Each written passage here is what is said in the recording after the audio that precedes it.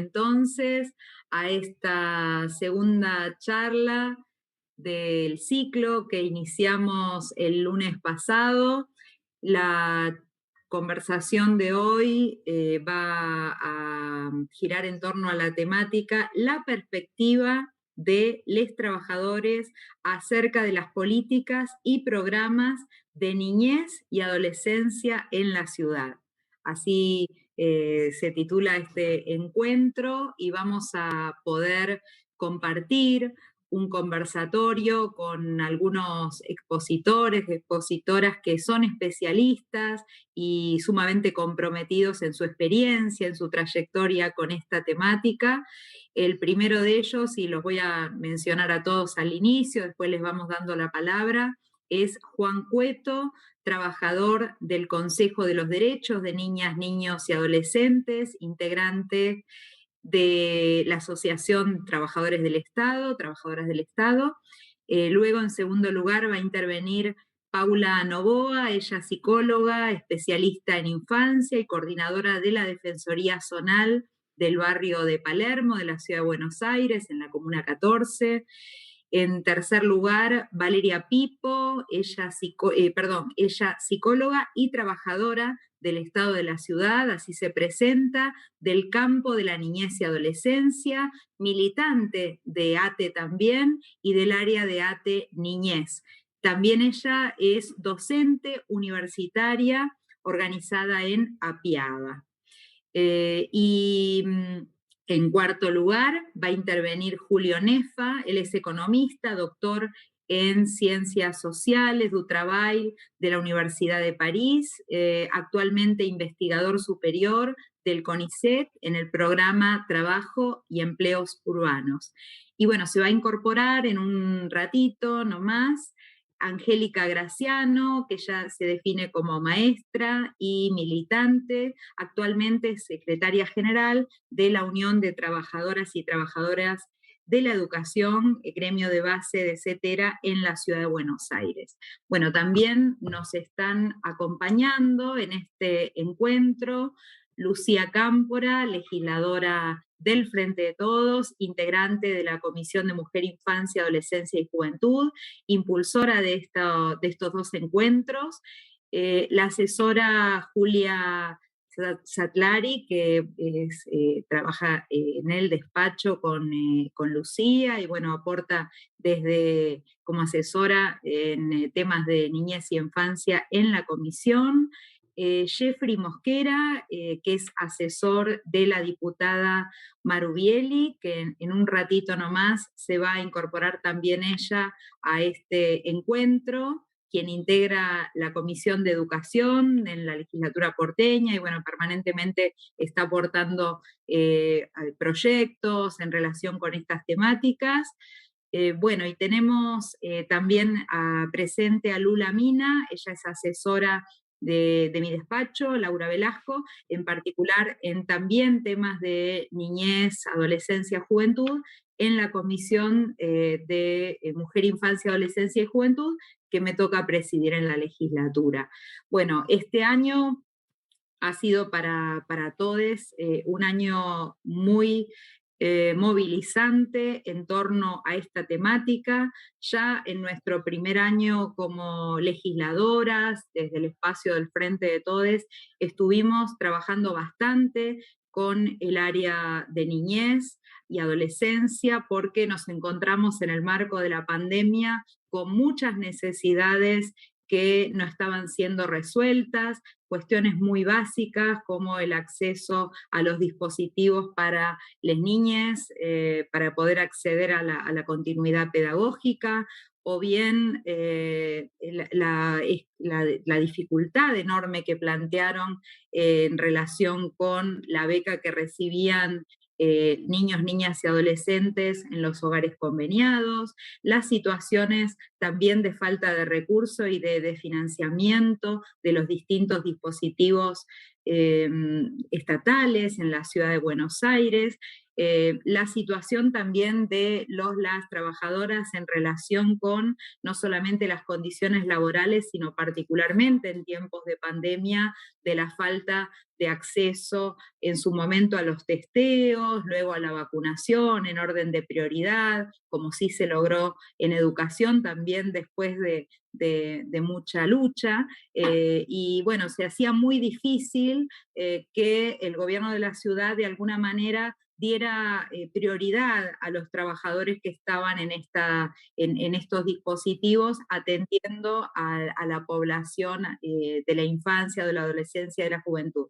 Entonces nos encontramos con diálogos con trabajadoras, trabajadores de ATE, de la Dirección de Niñez, de ATE del Consejo de Niños, Niñas y Adolescentes. Dialogamos también, bueno, con nuestra referenta del Frente de Todos en el Consejo. Bueno, tuvimos distintas instancias de intercambio de trabajo, también con otros organismos que estuvieron presentes en el último encuentro del lunes pasado, como la Defensoría del Pueblo, organizaciones y red de organizaciones como lo es APIABA, que también estuvieron presentes en el último encuentro. Entonces, bueno, de estos diálogos que todo el año pasado llevamos adelante en torno a la preocupación de cómo cuidar a los niños, niñas y adolescentes en tiempos de pandemia, cómo fortalecer esas áreas y a sus trabajadores que ya venían precarizados, pero que se encontraron con menos elementos en un momento tan complejo en términos de recursos materiales, de protocolos. Bueno, ese fue un poco el recorrido transitado en el 2020, y este año nos encontramos con otra situación sumamente compleja, que fue el pasaje de una cantidad importante de programas de la Dirección de Niñez al área del Consejo de Niñas, Niñas y Adolescentes, e incluyendo en esto una versión de que se avanzaría en una propuesta de modificación de la ley 114, una ley que en su momento fue de vanguardia en el posicionamiento respecto de una mirada integral en los derechos de las niñeces. Entonces, bueno, aquí nos encontramos con una situación que nuevamente, digamos, nos convocó a reunirnos en mesas de trabajo, como había sido en su momento en el 2020, inclusive en una mesa que se dio, estoy recordando, en un ámbito judicial a través de un amparo, estoy recordando, nos sentamos con la jueza Elena Liberatori, y bueno, este año los diálogos los tuvimos también en el marco de la comisión, y logramos en algún momento tener la posibilidad de interpelar a las autoridades del Ministerio de Desarrollo Humano y Hábitat, particularmente de la Dirección de Niñez y también del Consejo, que inclusive atravesó un periodo de cierta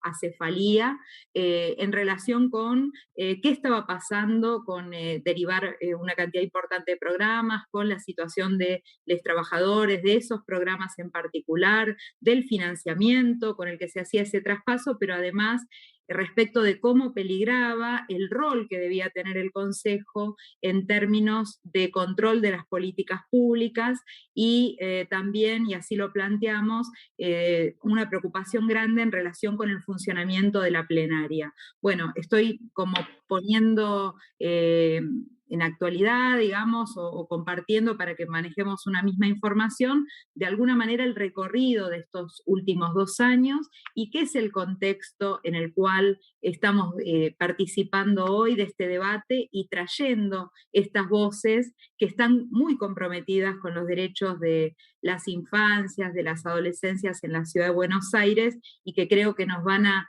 incorporar elementos, reflexiones, que sin duda son muy importantes y que creo que hoy merecen no solamente ser escuchadas para pensar en los proyectos que estamos debatiendo en la comisión en torno a los derechos de niños, niñas y adolescentes, que las más de las veces podemos avanzar sobre pedidos de informes o sobre declaraciones de preocupación pocas veces podemos desde nuestro espacio político tener las condiciones de correlación de fuerza para impulsarla en términos de proyectos de ley, pero que sin duda tenemos propuestas, tenemos proyectos en la comisión para abordar, y que creo que es muy importante que podamos ser protagonistas en estos debates, que pueden hacer también a la necesidad de actualizar inclusive las leyes que tenemos vigentes, como lo han planteado inclusive actores que están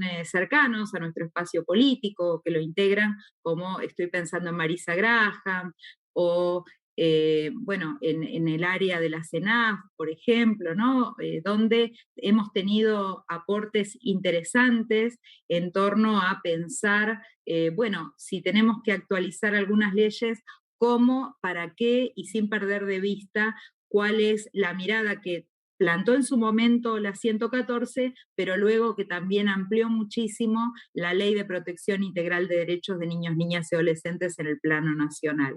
Entonces, bueno, cómo convertirla en políticas públicas concretas en la Ciudad de Buenos Aires.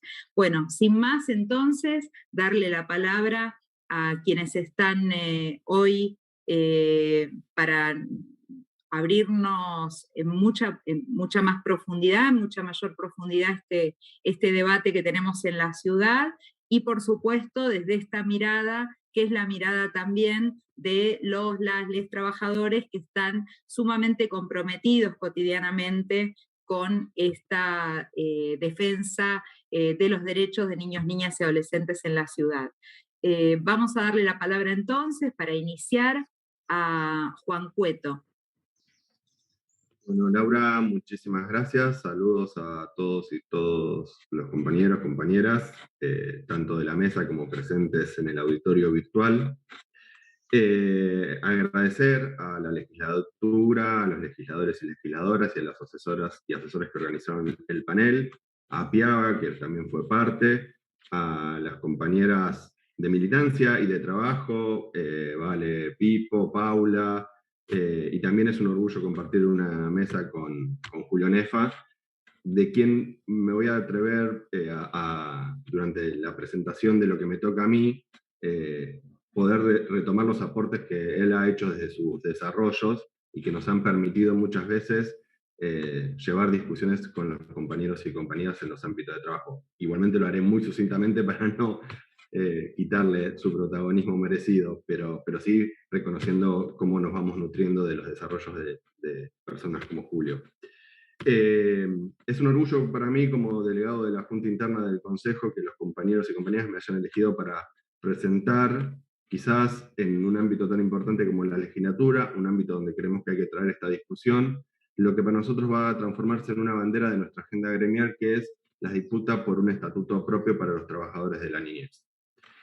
La intención de mi presentación tiene que ver con poder dar cuenta de por qué es necesario un estatuto propio y cómo lo fundamentamos. Lo primero que tenemos que decir es que es un trabajo colectivo que se empezó hace ya varios años, 2 o 3 años, que se fue trabajando desde las defensorías y llevamos las discusiones a los distintos sectores. Y hoy, en el contexto que planteaba Laura de participación con los traspasos, que ahora después me voy a tener un poquito, tanto de la Dirección Penal Juvenil como este año de los programas de desarrollo, lo estamos abriendo a estos nuevos sectores. Y la idea es darle un impulso sustancial en la agenda gremial, como decía anteriormente. ¿Por qué un estatuto propio? En primer lugar, porque entendemos que las políticas de niñez tienen una especificidad sustancial y una prioridad no solo normativa, sino ética en el campo del desarrollo de una sociedad con el campo de las niñeces.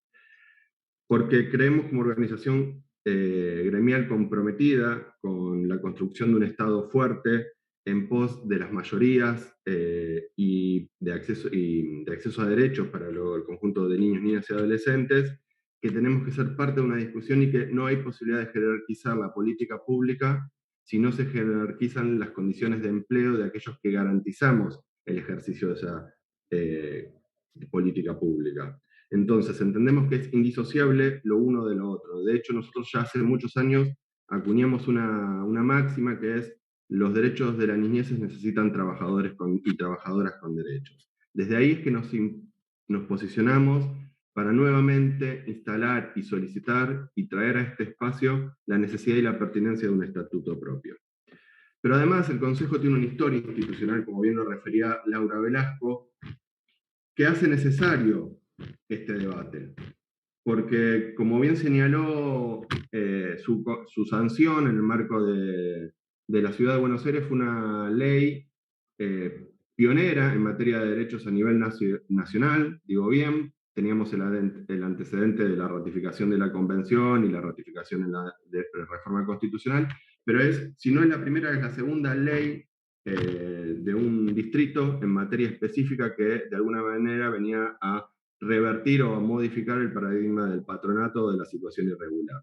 Y se constituía en esa ley como un agente de control, no como un agente de ejecución de políticas públicas. Su función, de hecho, la constitución del órgano competente, que es el Consejo de Derechos de Niños y Adolescentes, tenía un carácter autárquico en materia económica, presupuestaria y también en el control de la política, más cercano a otros entidades que conocemos como puede ser la Defensoría del Pueblo.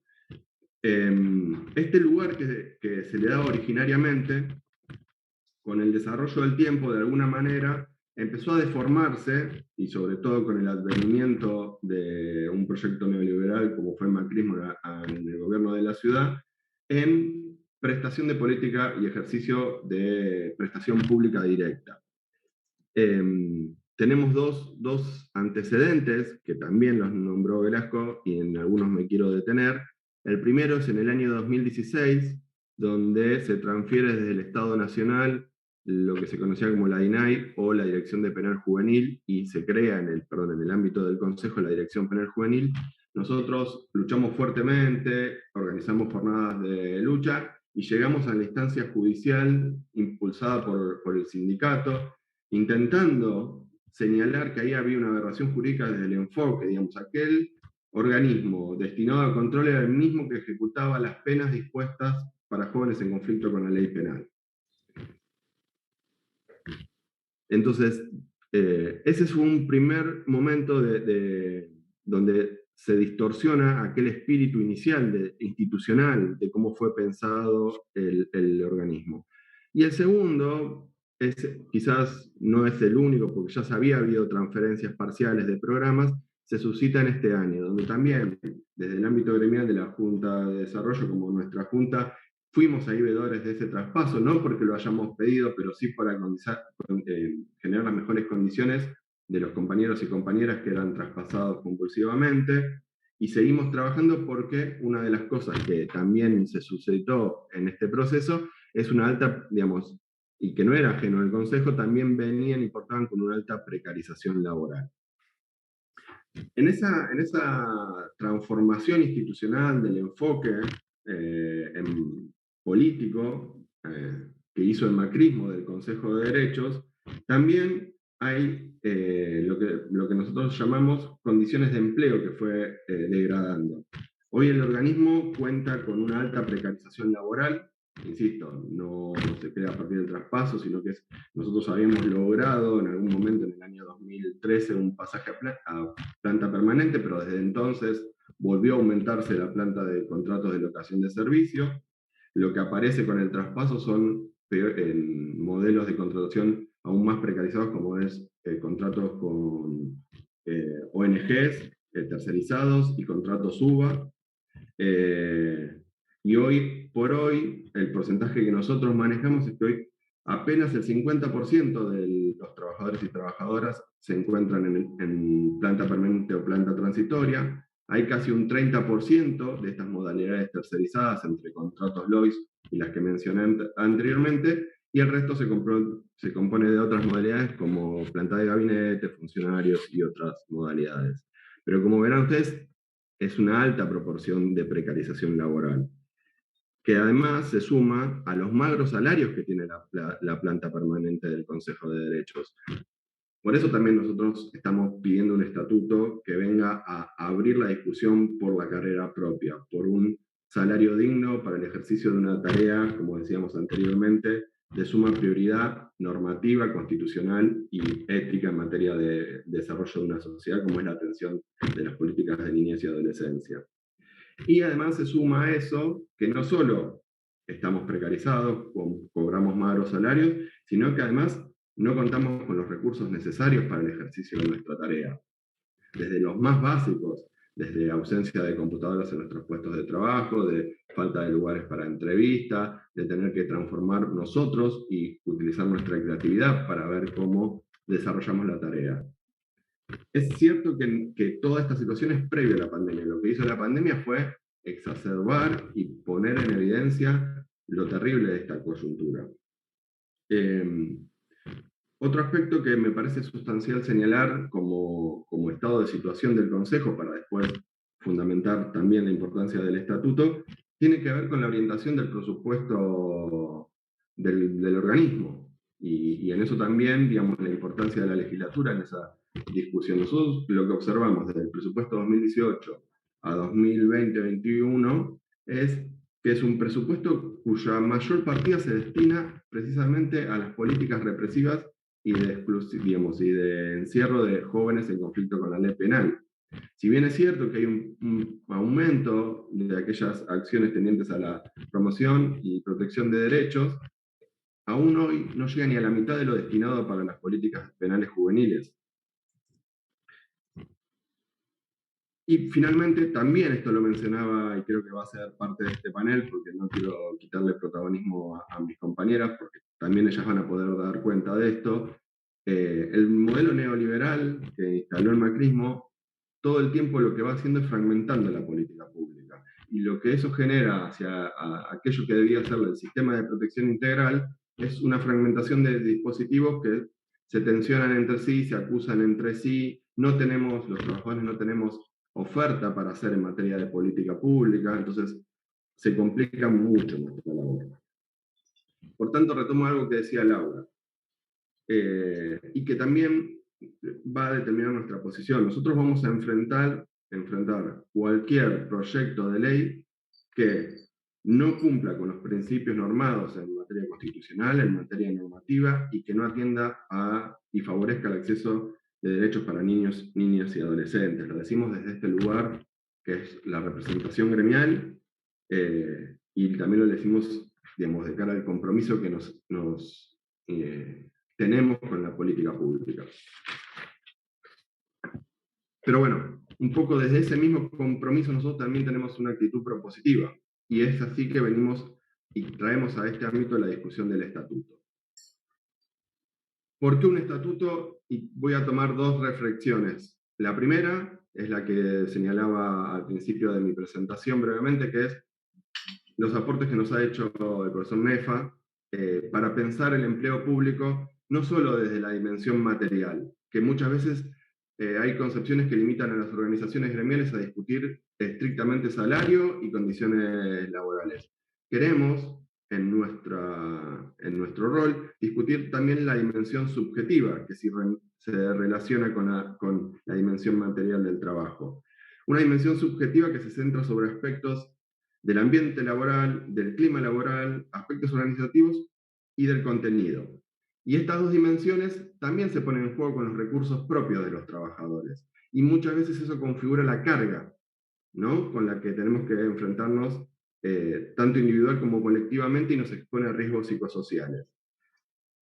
Me quiero detener en esto del contenido de la tarea, para desarrollar la segunda fundamentación de por qué creemos que es necesario un estatuto que no solo apele a la dimensión material, sino que en términos de salario, sino que también reconozca derechos en términos de licencias profilácticas, en términos de formación constante, de posibles de rotaciones en los lugares de trabajo, y que tiene que ver con el tipo de tarea que realizamos. Durante mi exposición o durante la charla, varias veces repetí vulneración de derechos, pero me parece que es necesario ponerle palabras más propias. Nosotros, tanto las compañeras y compañeros que trabajan en el Consejo, en el área penal, en el área de la DGPD, en el área de la DGSAP, que son los dispositivos de emergencia, las defensorías, atienden conflictivas familiares y de graves vulneraciones de derechos, abuso sexual infantil, maltrato físico, negligencia, entre otras. También dificultades en el acceso a derechos, en una sociedad que aumenta la pobreza, que es el distrito más rico sin redistribución, con pobrezas estructurales y generaciones de vulneración que se arrastran, vivienda, salud, educación, y jóvenes en conflicto con la ley penal. Estamos hablando de encierro, situaciones de encierro. Eso es lo que hacemos. Y este enfoque que propone Susana Velázquez, que es una autora que también tomamos para nuestros desarrollos y nuestras reflexiones, lo que plantea es que el fuerte impacto de la exposición del profesional al campo de las violencias puede inscribir en su psiquis efectos traumáticos. Todo lo que nosotros constantemente estar expuestos a este tipo de escucha, de confrontación de problemáticas, puede tener en nosotros un efecto traumático que lo define como el trauma vicario. Quizás es una concepción muy psi, pero también podría ser interpretado como estos riesgos psicosociales. Corremos el riesgo de enfermar nuestra salud física y mental a través de trastornos comportamentales o otras cuestiones como el moving, que atentan contra la dinámica institucional, o el backlash, que es la posibilidad de sufrir reacciones violentas por parte de la población que se atiende. E insisto, que afecta tanto al sujeto profesional o operador técnico que atiende estas problemáticas, atenta contra la prestación pública porque puede intrometerse en el ámbito de la entrevista misma, en esa escucha, y también afecta a las dinámicas institucionales. Creemos que hay indicadores, o la autora nos señala algunos indicadores, y el solo mencionarlos, cuando yo los releía para poder compartirlos con ustedes, pensaba cuántos de estos yo he vivenciado. Yo me desempeño en una unidad de violencia infanto-juvenil, maltrato infanto-juvenil, como pueden ser la manifestación constante de ansiedad, malestar o angustia en el ámbito de la práctica laboral, la disminución de interés por nuestro trabajo, sensaciones de cansancio y agotamiento constantes, trastornos en los vínculos laborales y familiares. Corremos el riesgo de llevarnos estas problemáticas también a nuestro entorno familiar. Conductas como el abuso de alcohol o otras drogas con el objeto de evitar el contacto con la angustia, y hubo aparición de enfermedades orgánicas, o el agravamiento si había preexistentes. Digo, todo esto, yo creo que al nombrarlo, y quienes nos escuchan y han trabajado en el ámbito de las violencias, yo hoy me estoy refiriendo al campo de la niñez, pero esto atañe también a la violencia de género u otros tipos de violencia, creo que saben de lo que estoy hablando. Digo, lo han vivenciado. Entonces, cuando nosotros discutimos un estatuto, lo que estamos pidiendo, y ya con esto voy cerrando porque se van cumpliendo los minutos, ¿no, Laura? Bueno, es un estatuto que reconozca salarios de dignidad, que reconozca derechos, licencias especiales, como pueden ser licencias por estrés, que son reconocidas en otras carreras, como las de salud, espacios de formación constante, supervisión, tanto institucional como técnica, poder pensar en un régimen de jubilación anticipada, teniendo el carácter insalubre de la tarea que realizamos. Salarios de...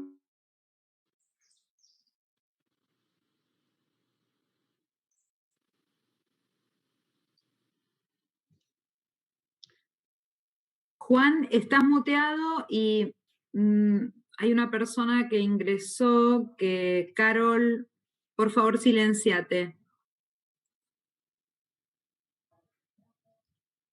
Termino con esto porque quizás ya me voy extendiendo y dejar también a los compas que se desarrollen lo que tienen para traer. Digo, la importancia de pensar el salario no desde un enfoque netamente económico, sino también la posibilidad de que el sujeto trabajador y trabajadora vuelque sobre el ámbito laboral toda su expectativa de desarrollo individual y profesional. porque si no lo que nos encontramos es con una alta rotación, esa precarización se vuelve en un debilitamiento de la institucionalidad a través de esa constante rotación. Nuestros trabajadores y trabajadoras vienen, se forman, prestan el servicio de la mejor forma posible y cuando están formados se retiran a mejores propuestas laborales. Espero haber sido claro, quizás pido disculpas si corrí mucho en la presentación, pero bueno, seguramente mis compañeros puedan profundizar. Muchas gracias. Muchas gracias Juan por tu exposición tan clara. Le damos la bienvenida al panel, ya se sumó a Angélica Graciano. Le vamos a pedir, ¿cómo estás Angélica? Le vamos a pedir a Angélica por las dudas que se silencie. Vamos a mencionar también vamos a mencionar también que está presente Estefanía Seidman, que no la habíamos mencionado, ella también es asesora de la diputada Lucía Cámpora.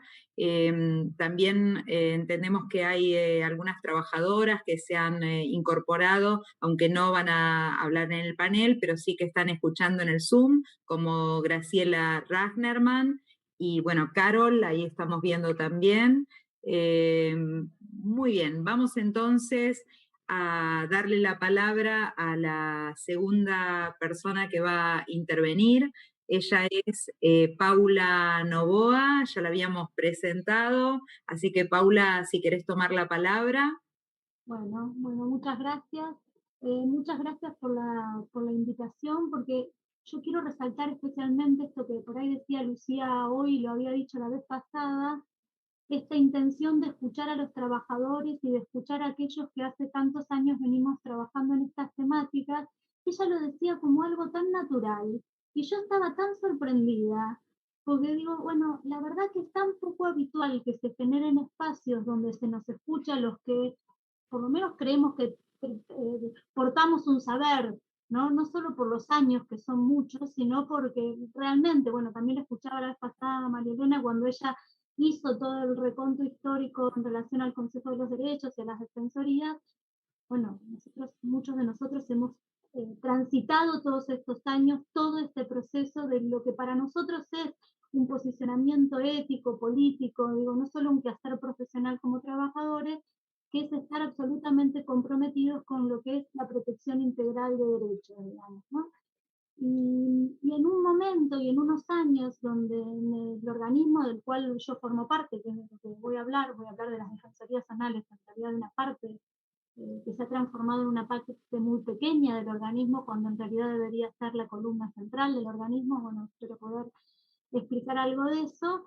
Es un organismo que está permanentemente ignorando a los trabajadores. Nosotros, de todas las modificaciones, ya sean chiquitas o grandes, nos enteramos por otros espacios, por los espacios gremiales, por los espacios de algunos compañeros que circulan en la legislatura, pero no somos consultados. Uno pensaría que frente a un intento de modificación de la ley 114, lo primero que se tendría que hacer es una discusión hacia adentro del organismo para escuchar las voces de quienes estamos trabajando. Bueno, no sé, esto no ocurrió nunca jamás. Digo, jamás fuimos convocados para dar nuestra opinión acerca de lo que estaba pasando. Y un poco lo que sí compartimos, porque estos intentos de modificación de la ley, que nosotros solo, estas reformas, nos han llegado papers, no es que no sabemos nada, todos por abajo, entre nosotros, nos vamos enterando, ¿no? Realmente nos preocupa muchísimo y la verdad que yo estoy convencida de que lo que han hecho todos estos años es dejar un campo propicio para implementar una modificación de la ley, porque justamente lo que han hecho es una desjerarquización de las defensorías y del organismo. Y si bien lo voy a dejar para el final, pero es tan importante que lo quiero decir al principio y al final, en esto tengo una pequeña diferencia con Juan. Yo sé que él va a acordar igual con lo que digo, pero yo creo que es tan bestial la situación salarial de los trabajadores del organismo que sin eso no se puede nada más. Todo lo que dijo Juan del estatuto es verdad, estamos de acuerdo, pero es tan bestial y es tan tremenda la situación salarial de los trabajadores del organismo que yo no quiero, antes de inventarme en cuestiones más técnicas, no quiero dejar de nombrarlo también en primer lugar. Digo, porque me parece que es algo que no se conoce, no se conoce. Digamos, nosotros, y yo lo quiero decir porque yo estoy a cargo de 15 personas, digamos, con las cuales pagan un alquiler y ganan 60.000 pesos por mes. Entonces, ¿yo qué le pido a ese? ¿Cómo trabajo con ese trabajador? Digo, es muy, o sea, quiero decir el número porque es muy bestial. Si ustedes piensan que un profesional capacitado en infancia, formado en infancia, que tiene que tomar decisiones que ahora quisiera poder contar tan importantes para la vida de los chicos y desde un lugar tan particular, que, bueno, no quiero adelantarme porque quiero también decirlo, puede ganar 60.000 pesos por mes. Digo, no sé, digo, ¿a quién, en qué cabeza puede entrar, no? Sabiendo que, y esto lo decía María Elena la vez pasada, que es muy importante, que es obscena la diferencia de nuestros salarios con los salarios de los compañeros que trabajan realizando tareas de control en el Poder Judicial de la ciudad y nacional. Quintuplican estos sueldos que yo les estoy diciendo. Entonces es muy difícil, digo, y no me parece, más allá que es muy difícil el trabajo, digo, a mí no me parece ingenuo esto, me parece que tiene que ver, y a esto quería dar esta vuelta, que hay un intento de vaciamiento de sentido de lo que es el organismo. Y ese vaciamiento de sentido, que es lo que nosotros como trabajadores necesitamos recuperar, no es que o sea, lo tenemos porque tiene que ver con nuestra práctica diaria, pero este intento de vaciamiento de sentido es para fragilizarnos y para que sea más fácil avanzar con estos avances de la modificación de la ley. Ahora, este vaciamiento de sentido no solo tiene que ver con la desjerarquización de los trabajadores, sino con el socavamiento de lo que son las políticas públicas en la Ciudad de Buenos Aires, digamos, porque toda estrategia de protección integral de derechos, como diría una amiga y compañera mía, es un blef si no tenemos políticas públicas adecuadas para restituir derechos. ¿Qué derechos vamos a restituir si no hay políticas, si no hay una red de un Estado presente que nos permita acudir a implementar políticas para, o sea, ¿cómo restituimos? Mágicas somos, nos sentamos con una familia y restituimos derechos de manera mágica si no tenemos un Estado que nos permita tener políticas para restituir esos derechos. Bueno, hecho lo que por ahí soy un poco dispersa, pero lo que quería decir es que lo que compartimos con el Ejecutivo es que estamos mal. O sea, compartimos con el Ejecutivo que el Consejo y las defensorías hay algo que no está funcionando. Ese diagnóstico lo estamos compartiendo, porque esta modificación de la ley, según ellos, digo, tomando lo que uno va escuchando de este otro discurso, tiene que ver con que, bueno, las defensorías no funcionan. Sí, no funcionan principalmente por una desjerarquización y por una falta de políticas públicas que son la columna vertebral de la protección integral. Yo quisiera, aunque avanzar un poquito en contarles quiénes somos, qué hacemos y cómo lo hacemos, para después por ahí volver a centrarme sobre cuáles son nuestras ideas de hacia dónde tenemos que avanzar para poder modificar. Las defensorías zonales somos un órgano especializado en infancia, estamos conformados por equipos técnicos interdisciplinarios de trabajadores sociales, psicólogos y abogados, un equipo de promoción de derechos que es muy importante porque o sea, el avance enorme de la protección integral quiere decir que nosotros no solo protegemos derechos, promocionamos derechos. O sea, no solo estamos para adoptar medidas, sino estamos para trabajar en el campo territorial, con las escuelas, con los hospitales, con los centros de salud, con las familias. Un poco la lógica de las defensorías zonales cuando las armamos, digo, estábamos, la defensoría en la cual formo parte está antes de la ley 114, son de estas que María Elena contaba que estaban antes y nos traspasaron. Esto de traspasar de un lado al otro es algo que sucedió siempre, pero ahí estábamos contentos, nos daban, por fin encontrábamos, estábamos anclados en una legislación que nos daba una institucionalización una institucionalidad, perdón, para hacer aquello que veníamos haciendo un poco de caraduras que era en ese momento. Este organismo, como esto lo decía Juan, y está en la ley 114, debería ser autónomo y autárquico. Esto no pasó nunca, digamos, ¿no? Y porque nos podríamos, para generar su propio presupuesto, para dictar sus propios salarios y para ser de verdad un contralor de las políticas públicas en la ciudad. Les decía entonces que las defensorías están formadas por estos equipos técnicos interdisciplinarios, por una unidad administrativa y por promotores de derechos. Nuestro marco jurídico es, esto lo explicó bien María Elena la vez pasada, por eso voy rápido, es la Convención, la 114, la 26061, que nos nombra como autoridad de aplicación en el ámbito de la Ciudad de Buenos Aires, de la ley nacional, y esto nos da más facultades, que eso por ahí sí voy a entrar un poquito, y la modificación del Código Civil, que también nos pone dentro de la estructura del sistema de protección y nos da un lugar en la articulación con la justicia nacional. Y ahora explico después por qué. Digo, porque lo que quiero poder contar ahora sí, con lo que hacemos es que es de tanta jerarquía y de tanta trascendencia para la vida de los niños y de las familias, las decisiones que tomamos en el ámbito de las defensorías zonales, que realmente es incomprensible este lugar de denigración prácticamente en la cual estamos, digamos, por nuestra falta de jerarquización en relación a lo salarial y por un montón de otras cuestiones. Los principios rectores que marcan nuestro modelo de intervención en las defensorías, que es pionero y único, digo, porque el derecho a ser oído, por ejemplo, es algo que está en la convención, está en la ley, y nos rige a todos, rige en las familias, rige en la escuela, rige en el hospital, rige en los juzgados, digo, no es solo el derecho a ser oído para las defensorías zonales, pero hay una manera de escuchar en las defensorías zonales que tiene que ver con cómo eso que escuchamos lo hacemos formar parte de una estrategia de restitución de derechos. Entonces, eso da un plus distinto a cómo se escucha en otros ámbitos. Entonces, vuelvo. Nuestros principios rectores son el derecho a ser oído, el interés superior, la autonomía progresiva, esto también habló bastante María Elena la vez pasada, la corresponsabilidad, digamos, no somos los únicos que implementamos una estrategia, porque si no estaríamos nosotros los dueños del saber, de restitución de derechos, sino que es conjuntamente con las familias y con los otros sectores estatales que forman parte del problema o de la situación que nosotros estamos trabajando. Por esto para nosotros la corresponsabilidad es muy, muy importante y es uno de los principios rectores de nuestra intervención.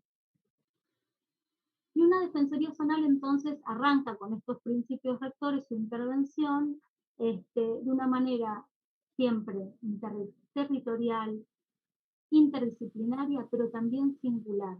Nosotros armamos una estrategia de restitución de derechos singular y particular para cada situación que estamos escuchando y para cada familia. No trabajamos con respuestas estándar, sino que tenemos que armar de manera artesanal con cada familia, porque cada familia y cada niño es singular. Entonces, para poder crear una estrategia de restitución de esta manera, bueno, otra cosa muy importante que nos distingue en cuanto al modelo de intervención que quiero resaltar y que tiene que ver con el paradigma de la protección integral es que nosotros traducimos las demandas que recibimos de las familias, de las escuelas, del hospital, de los juzgados, en cuáles son los derechos vulnerados de esos niños que están en juego ahí, para recién desde ahí pensar conjuntamente, insisto, porque es importante con los niños, con las familias y con los otros actores estatales, cuál será la estrategia de restitución de derechos. Y poder implementar un espacio de escucha atenta, respetuosa, pertinente, tiene que ser hecha por estos equipos profesionales que tienen que estar formados en infancia y que tienen que tener un tiempo de asentamiento en esta formación. De esto hablaba María Elena también la vez pasada, y Juan también lo refería en su intervención, la gran rotación de profesionales que existen en las defensorías zonales. Lleva muchos años formar un profesional y lo que nosotros hemos visto a lo largo de todos estos años es que los profesionales se forman y aquellos que tienen suerte logran acceder al ámbito de la justicia, ya sea de la ciudad o nacional. Digo aquellos que tienen suerte porque no todos lo logran. Y muchos muy capacitados y muy formados, y no todos quieren, digo, porque hay algunos que esta posición gozosa de sufrimiento en este lugar se ve que algo nos ata. Este, para seguir adelante con esta tarea. Decía entonces que este derecho a ser oído es central en cualquier estrategia de restitución de derechos que hagamos, pero para esto necesitamos espacios adecuados, necesitamos nada, cosas mínimas, ¿no? ¿Qué piensan? Tener una oficina con puertas, miren lo que estoy hablando, ¿eh? Tener una oficina con puertas, tener el equipo técnico interdisciplinario completo. ¿Qué quiere decir completo? Tener las 3 profesionales que son abogados, trabajadores sociales y psicólogos, porque la escucha es interdisciplinaria. Hay un montón de defensorías que no tienen esos equipos técnicos completos. Hace años que no los tienen. Hace años que no los tienen. No es que, nada, se fue un profesional y tardamos un mes o 2 en cubrir ese lugar, ¿no?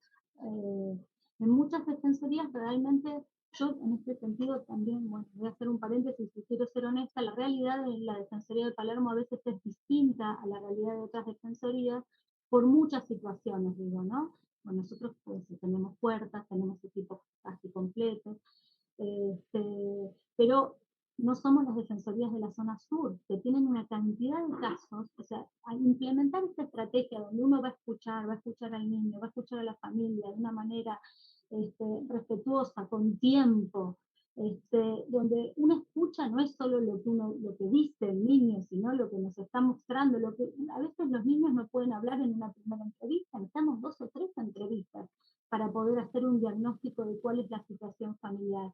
Para eso, y ese es otro de los problemas que tenemos, necesitamos tener un cupo de casos. O sea, no se puede, ustedes piensen que hay defensorías y equipos técnicos que manejan más o menos 120, 150 intervenciones, que es un número que tenemos en mi defensoría que podemos manejar. Hay otras defensorías que tienen 600 casos por equipo, 800 casos por equipo. ¿Cómo hace ese equipo para armar una estrategia de restitución de derechos con todos los principios rectores que yo les decía, donde se pueda poner en juego el derecho a ser oído, donde la estrategia la armemos conjuntamente con el niño, con la familia, con la escuela, con el hospital, si tiene 800 casos? Digo, si no hay un equipo, si este equipo interdisciplinario, en vez de ser del trabajador social, el psicólogo, el abogado, está solo el abogado.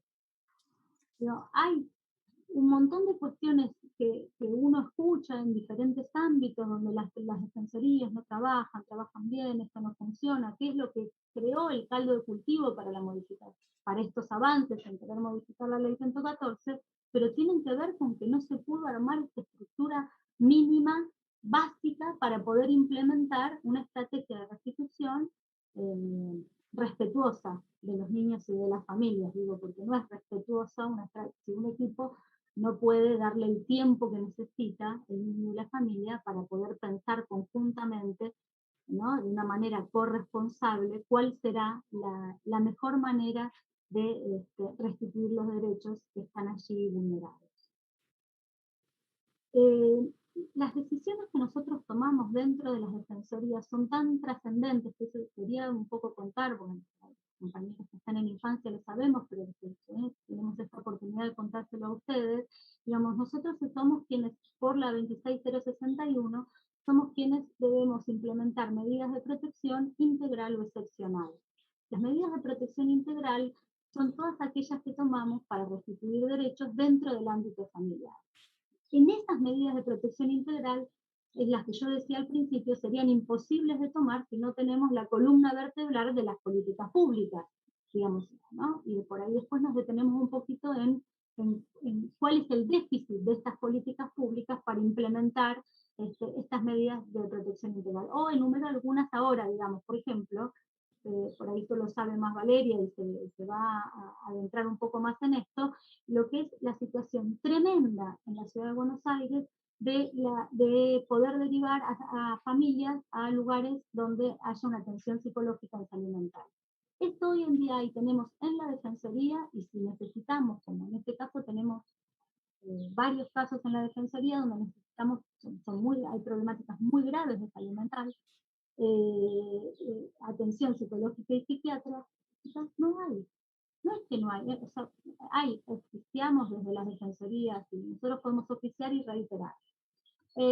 A 5 sectores públicos de la ciudad, los que más o menos a la familia le quedan cerca, digo, ¿no? Yo tengo la defensoría en Palermo, no puedo mandar un niño al Tobar García porque no va a llegar, o al Elizalde, ¿no? Tengo que poder, porque la idea de las defensorías es que tengan esta pata territorial, derivar a los sectores que no hay turnos en salud mental para niños y adolescentes en este momento en los sectores con los cuales trabajamos desde la Defensoría Zonal. En situaciones gravísimas, chicos que están con medicación y no hay un inspector que haga un control de esa medicación, solo se puede hacer por guardia. El otro tema central en relación a las políticas de protección integral son los fortalecimientos familiares, que de esto también hablaba Marilena la vez pasada, digamos, los fortalecimientos, hay un programa de fortalecimiento de vínculos, que Juan explicaba, traspasados del Ministerio de Desarrollo al Consejo, pero que resultan totalmente insuficientes para familias que tienen un grado de desarme, de fragilidad y de vulnerabilidad muy grande, resultan totalmente insuficientes. Digo, hay trabajadoras digo trabajadoras porque son todas, no hay un trabajador, me estoy equivocando, hay trabajadoras y trabajadores muy comprometidos, pero también es como nos pasa a nosotros, no pueden solos. Digo, ¿no? Y este programa no cuenta con ninguna otra estrategia, como por ejemplo una asignación económica. Hay familias que para poder sostener necesitan una asignación económica. Esto no existe.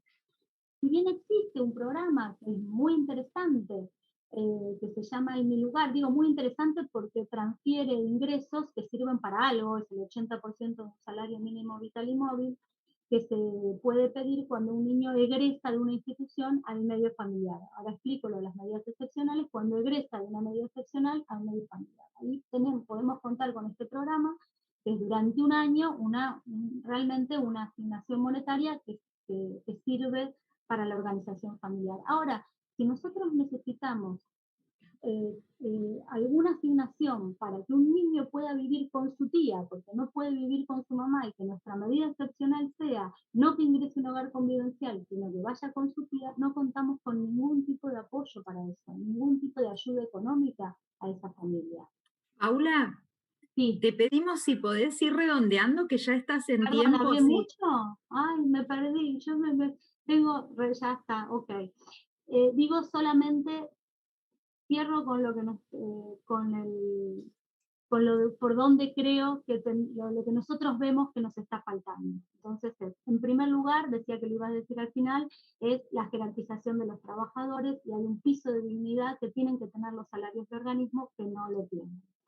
Otro tiene que ver con, lo estoy diciendo, pero quiero enumerarlos, la cantidad de casos por equipos que necesita una defensoría, los equipos incompletos, los espacios inadecuados de atención edilicios, la falta de supervisión, en eso coincidimos, también lo planteaba Juan, y lo que no dije, que es muy importante, es la falta de posicionamiento del organismo frente al Poder Judicial Nacional y de la ciudad, que genera una burocratización y una pérdida de sentido de para cuáles están nuestras intervenciones. Nosotros muchas veces sobre una intervención tenemos que contestar en una semana a 13 sectores judiciales oficios distintos, con multa, contesta en 48 horas porque si no tiene multa y tiene no sé qué y le va a pasar algo terrible, todo de este tenor, de la justicia nacional, de la justicia de la ciudad penal, de la GT, la parte que no es penal, o de la justicia nacional penal. O sea, de un mismo caso a lo mejor nosotros tenemos que contestar a 4 sectores judiciales distintos,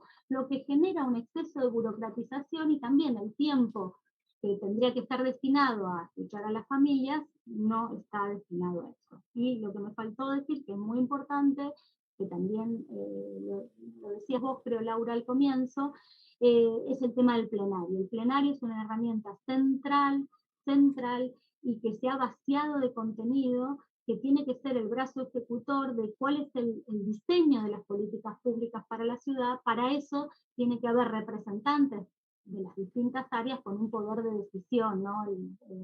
Quintas, sextas filas, en las cuales después no se puede tomar ningún tipo de decisión. Bueno, creo que más o menos fui diciendo salpicadamente lo que quería decir. Muchas gracias, Paula. Sí, ha sido muy clara y muy específica, en particular en relación con la situación de las defensorías zonales. Y bueno, le vamos a dar rápidamente la palabra a Valeria Pico. Bueno, buenas tardes a todos. Bueno, primero que todo me sumo al agradecimiento de Laura Velasco, de Lucía Cámpora, de Ofelia Fernández, Lorena Pocoy y Maru Bieli como organizadoras de este panel, en el cual es un lujo, del cual es un lujo participar. Así que muchas gracias. Mientras les iba escuchando, iba hilvanando. Digo, nos poníamos de acuerdo y era fantástico, ¿no? Cómo iba apareciendo en los diferentes, digo, en la introducción y en las diferentes intervenciones de Juan, de Paula que me precedían, algunos hilos conductores de este panel que su nombre original tenía que ver con la perspectiva de los trabajadores acerca de las políticas y programas para la niñez y adolescencia, ¿no? Allí el eje de la precarización y el eje de la desjerarquización, me animo a decir, digamos, no la no jerarquización, sino la hipótesis de que hay realmente un proceso detrás que busca la desjerarquización, ¿no? La desjerarquización de lo público, la desjerarquización de las políticas para la niñez y adolescencia, y de la mano de ello, la jerarquización nuestra como trabajadores y trabajadoras de las niñeces y adolescencias en la ciudad. Digo, esto que también como ATE, digo, venimos como denunciando y enunciando con esto que cerraba Paula también, de la jerarquización del organismo, ¿no? Del vaciamiento de las políticas y estas cuestiones que hemos enunciado en tantos espacios.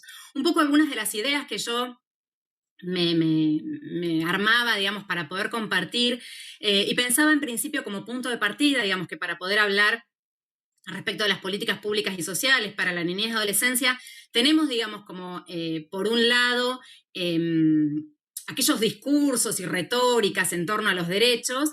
En algunos casos se expresa en sus diseños de políticas públicas, pero es clave pensar en los recursos, y en mucho de esto fue lo que ya me fue antecediendo a la intervención de Paula, de Juan, bueno, y esta situación de crisis que ya daba algunas pinceladas Laura al comienzo. Recursos que son cada vez más escasos destinados para las políticas para niñez y adolescencia en la ciudad, y que hablan justamente de esta jerarquización. Desde el presupuesto, desde la parte, digamos, que va a ser presupuesto, desde la infraestructura, desde las condiciones de trabajo.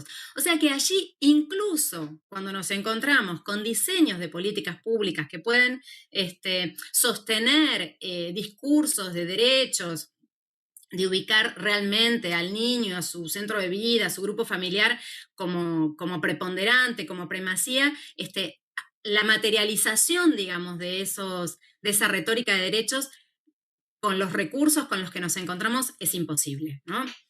O sea, es absolutamente insuficiente, atraviesa el eje de la precarización.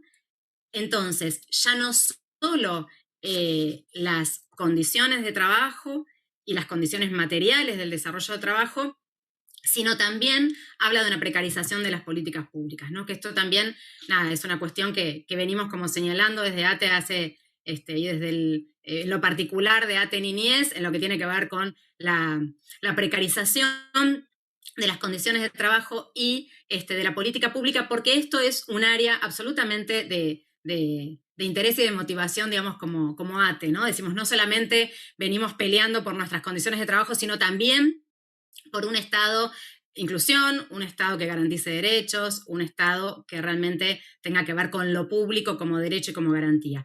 Y ahí me voy, sé que se nos va como achicando los tiempos, y entonces me meto, sí, con esta idea justamente del sistema, del sistema de promoción y protección de derechos que enunciaba Paula, que mencionaba recién, y cómo justamente el nombre, ya la enunciación de sistema, lo fuerte de un sistema es su dinamismo, ¿no? O sea, su posibilidad y capacidad de articulación.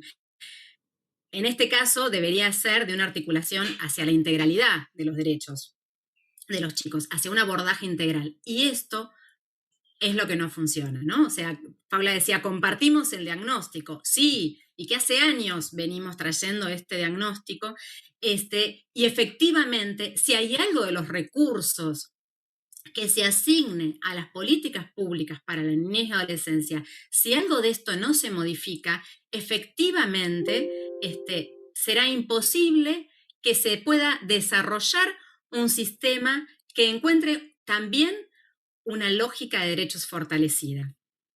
Y aquí entonces me voy metiendo un poquito más con esta cuestión de esta perspectiva, desde dónde estas políticas públicas, ¿no? O sea, digo, voy a los recursos en esto que mencionaba Paula, ¿no? O sea, necesitamos un espacio de atención en salud mental y no hay turnos, ¿no? Necesitamos vacantes para los chicos y no hay suficientes vacantes. Necesitamos apoyatura económica para los grupos familiares y no hay, ¿no? O sea, situación que se vio agudizada en este gran periodo de pandemia, que no nos animamos a hablar de pospandemia porque los efectos de la pandemia están claros, siguen, quizás no estamos con el nivel de contagiosidad, digamos, de otro momento, pero sí queda en la trama y en el tejido social, en evidencia, todas las situaciones de crisis que también la situación de pandemia dejó aflorar, ¿no?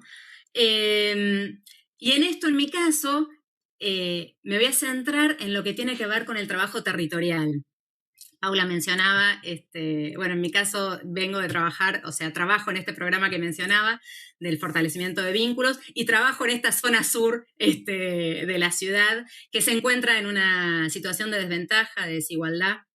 Digo, tenemos esta clara situación de desigualdad, en donde los grupos familiares con los que trabajamos en la zona sur de la ciudad se encuentran con sus derechos aún más vulnerabilizados, ¿no? Aún más que en diferentes sectores de la ciudad.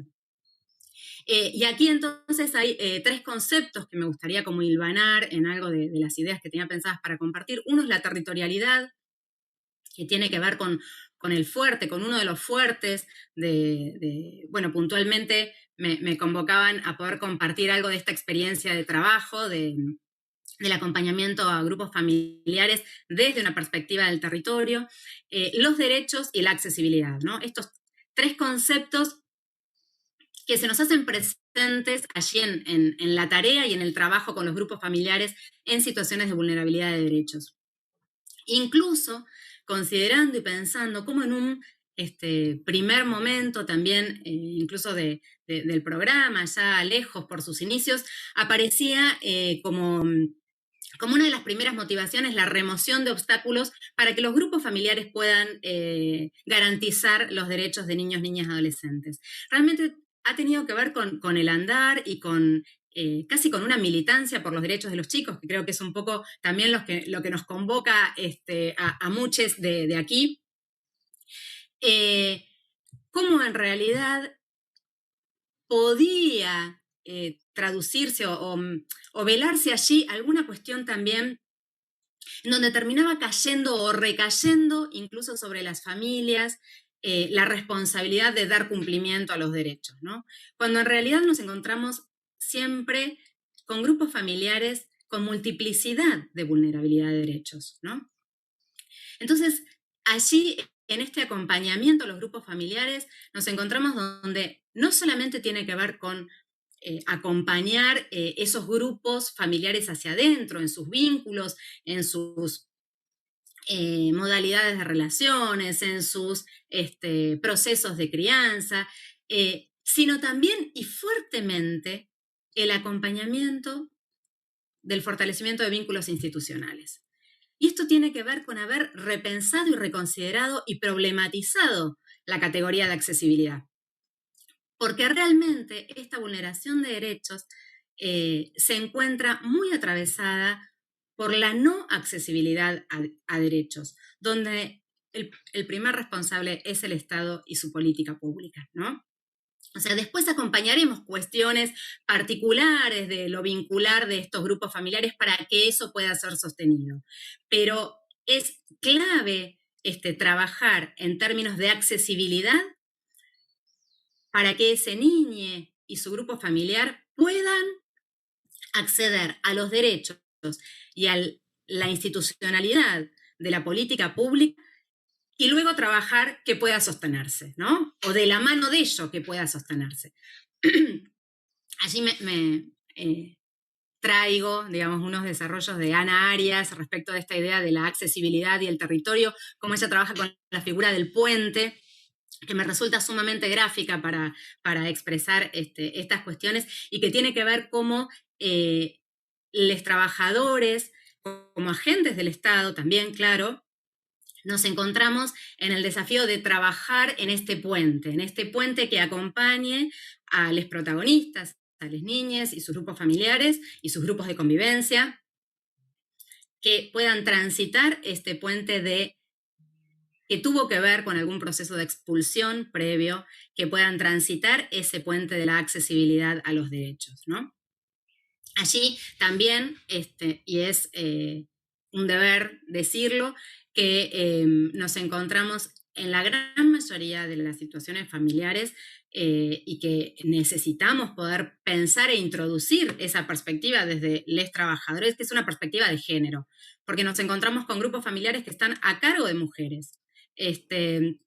Quizás hay alguna otra persona que acompañe, pero hay también allí una mirada incluso, y en esto que mencionaba recién, ¿no? De la necesidad de ir desandando también esta culpabilización, a veces en un origen de un diseño que tenía que ver con la responsabilización de los grupos familiares en torno a la no garantía de derechos. Bueno, esos grupos familiares en realidad esconden una desigualdad de género enorme y esa mirada culpabilizadora era siempre recayendo sobre las mujeres, ¿no? A cargo de las crianzas, de los cuidados, de las cuestiones domésticas, y así también de la no garantía de derechos de esos niños del grupo familiar. Con lo cual, también es una cuestión que como trabajadores estamos todo el tiempo también pensando y problematizando de la necesidad, de abrir los bordes que tiene que ver con una mirada de género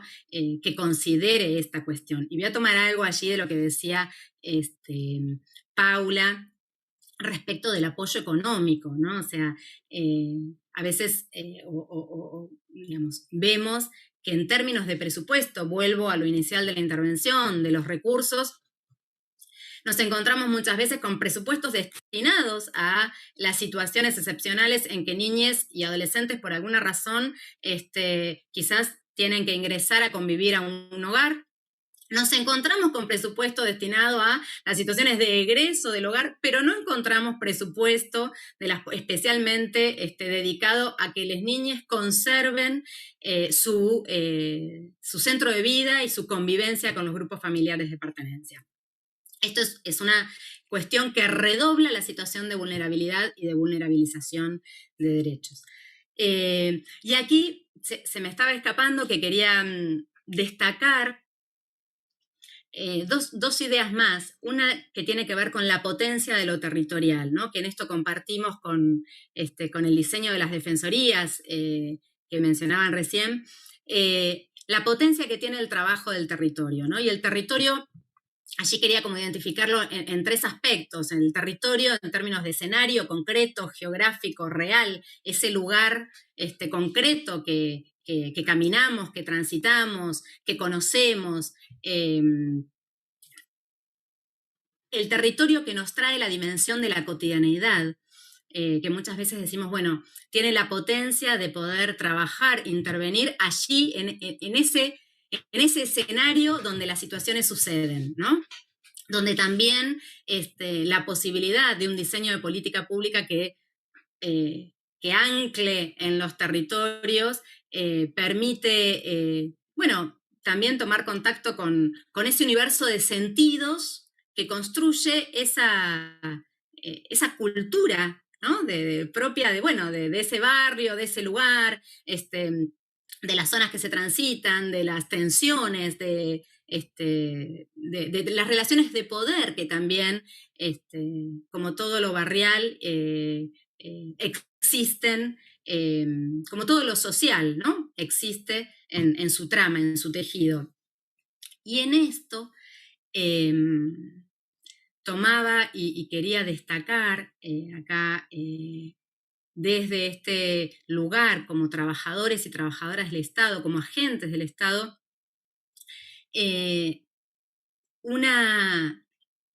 sí, ya con esto voy cerrando, la función mediatizadora de los trabajadores, ¿no? Hay algunos autores que trabajan y refieren a esto, en donde muchas veces, como agentes del Estado, e insisto que desde ATE, reforzando y trayendo esta fuerte concepción del Estado como el espacio de lo común, como el espacio de lo público, como el Estado quien debe garantizar derechos, y como trabajadores nos encontramos en esta función mediatizadora entre niñes y grupos familiares con vulneraciones de derechos claras, y este proceso de andar este puente, como decía hace un ratito, en un sentido opuesto a la expulsión de este Estado que fue el mismo que construyó condiciones de expulsión, ¿no? Entonces, es este andar para que este Estado pueda acoger, recibir,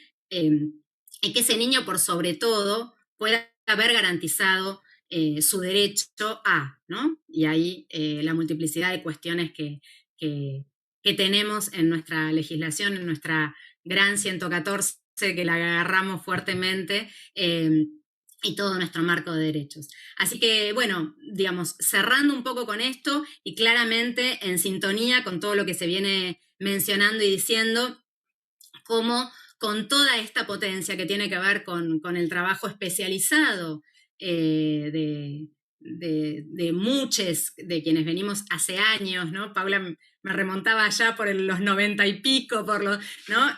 Transitando y construyendo este campo de la niñez y la adolescencia, y es el desafío absoluto, ya sea desde la militancia, desde el trabajo cotidiano, y bueno, en nuestro caso, desde una pelea también desde ATE, que es la jerarquización de los trabajadores de la niñez, y bueno, con todas estas ideas también. Y nuevamente agradezco la posibilidad de que como trabajadores también estemos en el ámbito de la legislatura trayendo de nuestro saber y de nuestras experiencias. Así que bueno, una vez más. Bueno, muchísimas gracias. Muchas gracias, Valeria, bueno, por traer esta mirada tan anclada en el territorio, en los barrios populares en particular, en los sectores de las familias más vulneradas y desde una perspectiva de género. Le vamos a dar ahora la palabra a Julio Nefa.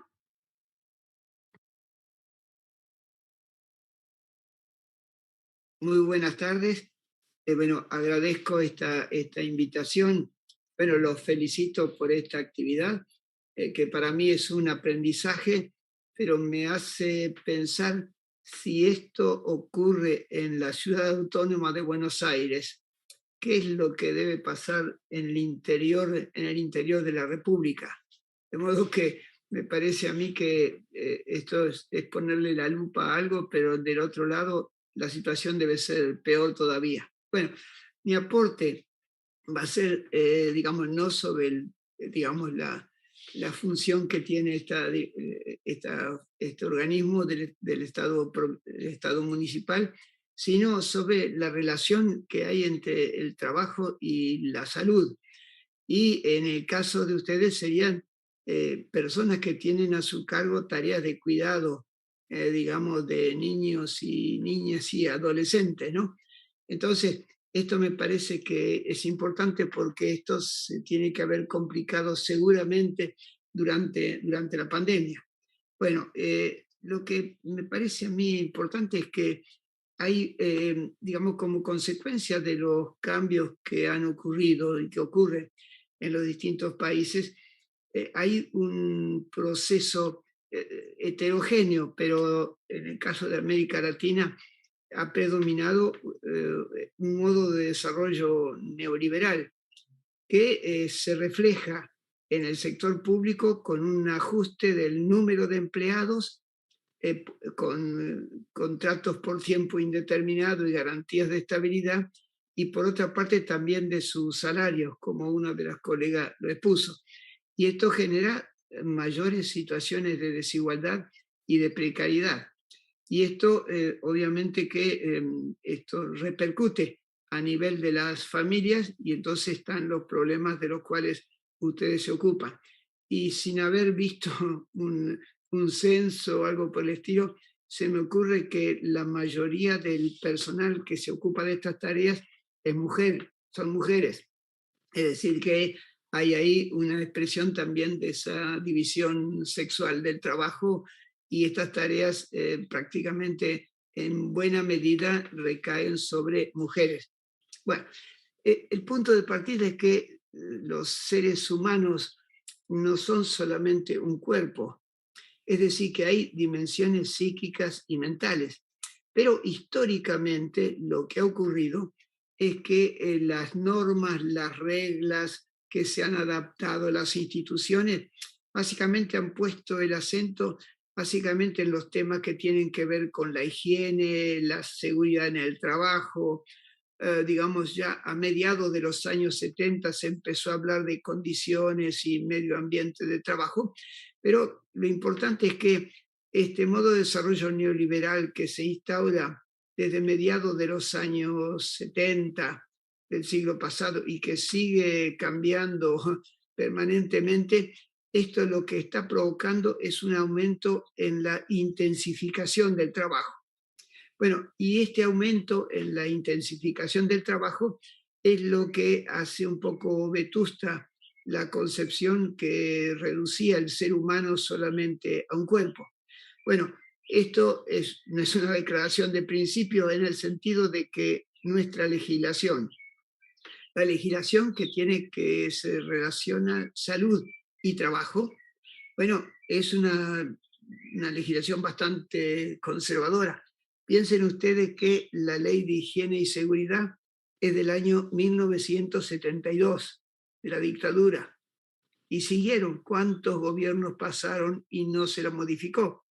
De modo que es un problema grave, que no es un problema de este gobierno, es un problema desde el año 72 en adelante.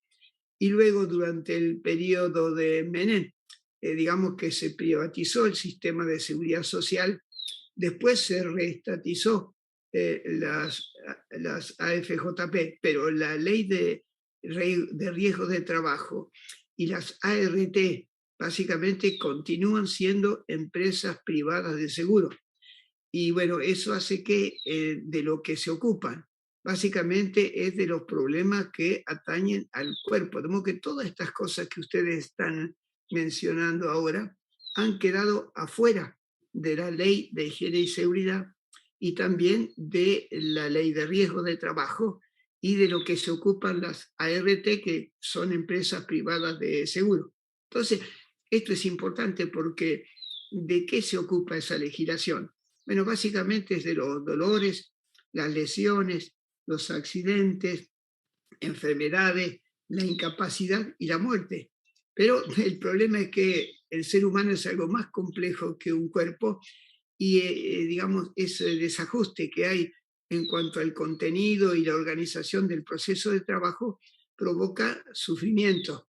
Y eso es de otra naturaleza. Eso no se mide, no se toca, no se puede evaluar como se evalúa el ruido, la temperatura, no es algo muy profundo. Y bueno, básicamente los trabajadores perciben y vivencian ese sufrimiento como consecuencia de la forma en que está organizado el trabajo. Y una de las compañeras que habló hizo una presentación, bueno, dramática con respecto al nivel de los salarios.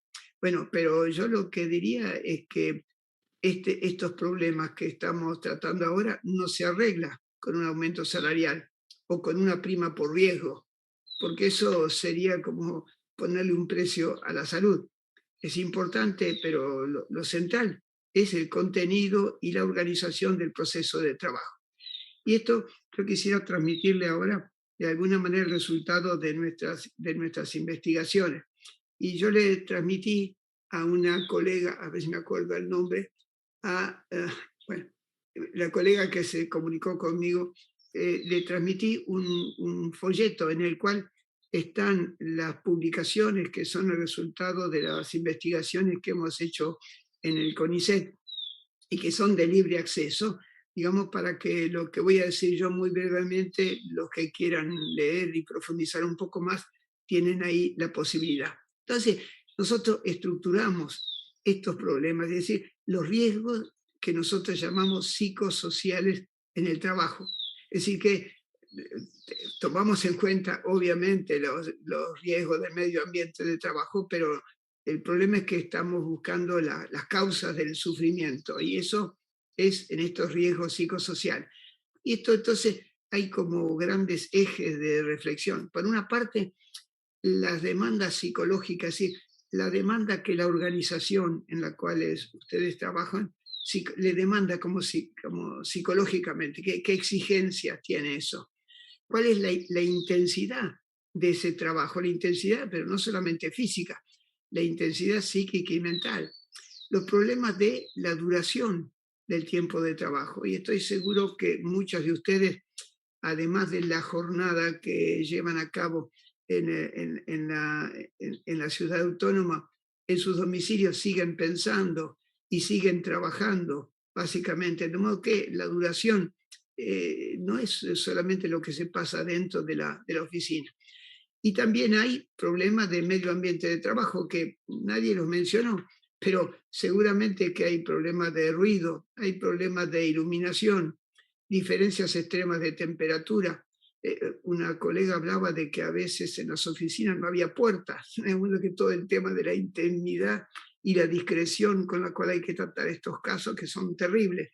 Y no solo esto, sino que también un problema que seguramente existe es el de los trastornos musculoesqueléticos. Es decir, ¿por qué? Bueno, porque trabajamos mucho tiempo sentados con sillas que no son diseñadas ergonómicamente y tenemos problemas de lumbalgias y todo eso provoca dolores. Bueno, el otro problema que se presenta es que por el tema de la formación, el perfeccionamiento profesional que tenemos, no siempre los trabajadores tenemos un margen pleno de autonomía y de control en nuestro proceso de trabajo, porque hay códigos, hay normas, hay protocolos de alguna manera que hacen que nos sintamos más bien limitados en nuestro trabajo. Y esa falta de autonomía y de control sobre el proceso de trabajo nos hace daño de alguna manera porque no nos sentimos libres en nuestro lugar de trabajo. Y esto tiene que ver con la forma en que está organizado el trabajo. Básicamente es eso. O también el trabajo, digamos, es un trabajo emocional. Es decir, trabajamos con nuestras emociones.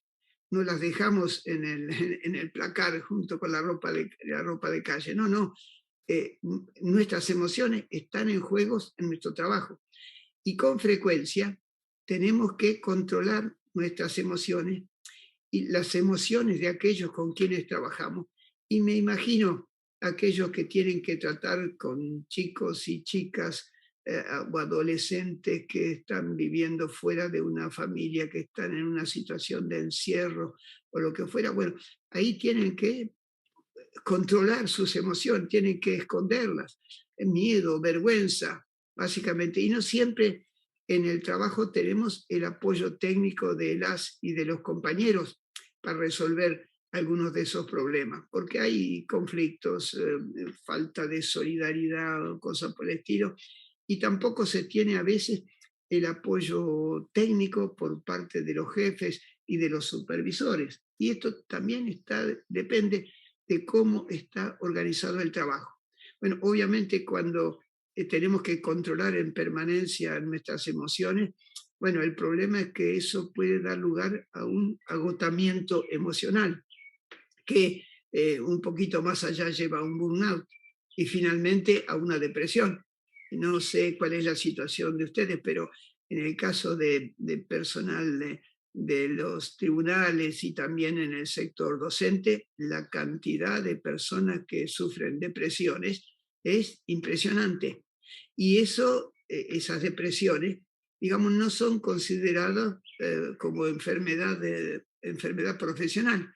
¿Por qué? Porque la legislación básicamente es atrasada y no cambió desde el año 1972.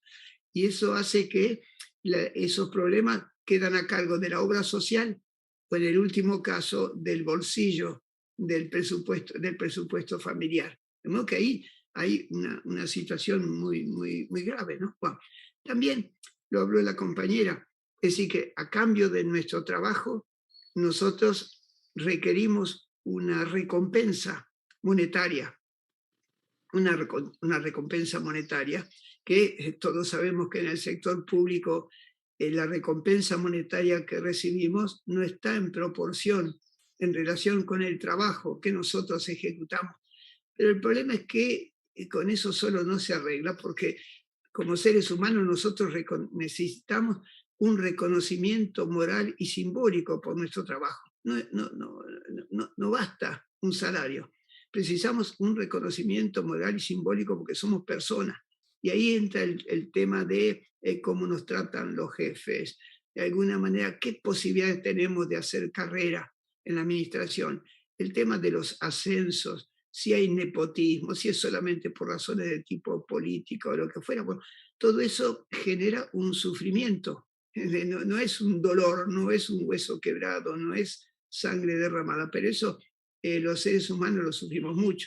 Y también en el trabajo tenemos relaciones sociales y relaciones laborales. Y ahí, digamos, los problemas son numerosos. Hay casos de hostigamiento. Es más frecuente el hostigamiento en el sector público que en el sector privado. Porque en el sector público, si alguien tiene un empleo de planta permanente, tiene estabilidad. Mientras que en una empresa privada, si un empresario se quiere sacar de encima a alguien, le da el preaviso y la indemnización. Entonces, el hostigamiento, el acoso sexual. Bueno, el acoso sexual no se habló en esta reunión, pero en el sector público también existe. Y hay también actos de violencia física y de violencia verbal. Y me imagino aquellos que tienen que tratar con los chicos que están en lugares de encierro, lo que fuera, bueno, o chicos que tienen adicciones a drogas o al alcohol o lo que fuera, bueno, ahí hay también violencia física, violencia verbal. Y eso, digamos, puede dar lugar también como una forma de estrategia defensiva a las adicciones, es por parte de los empleados, ¿no? Adicciones como una forma de encontrarle un sentido al trabajo. Bueno, el alcohol y la droga ayuda a olvidar de alguna manera todo ese sufrimiento. Bueno, entonces, en la profesión a la cual ustedes pertenecen, es obvio que el agotamiento emocional y el burnout tiene que ser un problema bastante frecuente. Y hay también conflictos éticos y de valores. Bueno, cada uno de nosotros tiene una ética trascendente basada en alguna de las religiones que existen en el mundo o una ética ciudadana, digamos. Pero todos nosotros sabemos que tenemos criterios, qué es lo que es bueno, qué es lo que es malo, lo fundamentamos de manera diferente. Pero lo que es muy frecuente en profesiones como la de ustedes, se me ocurre, es que tienen que hacer cosas con las cuales no están de acuerdo o cosas con las cuales están claramente en desacuerdo por la forma en que está organizada el trabajo, por la falta de recursos, por ejemplo, ¿no?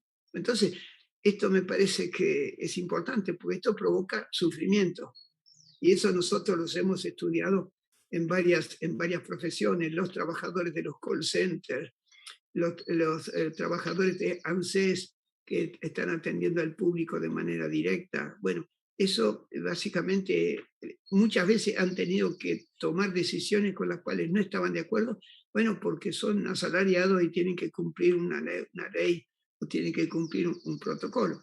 O todo eso. Julio, Sí. te pedimos si podés ya ir redondeando. Ya. Bueno, Gracias. termino diciendo que el otro problema, creo que se mencionó, es que el verdadero empleo son los contratos por tiempo indeterminado y con garantías de estabilidad.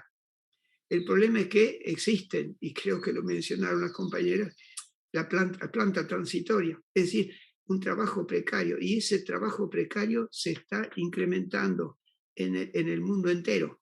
Y todos saben ustedes que si ustedes miran las estadísticas, hay aproximadamente unos 6 millones de trabajadores asalariados registrados, pero hay 4,5 millones de trabajadores que están en negro, y lo que está aumentando solamente son los empleos monotributistas o autónomos.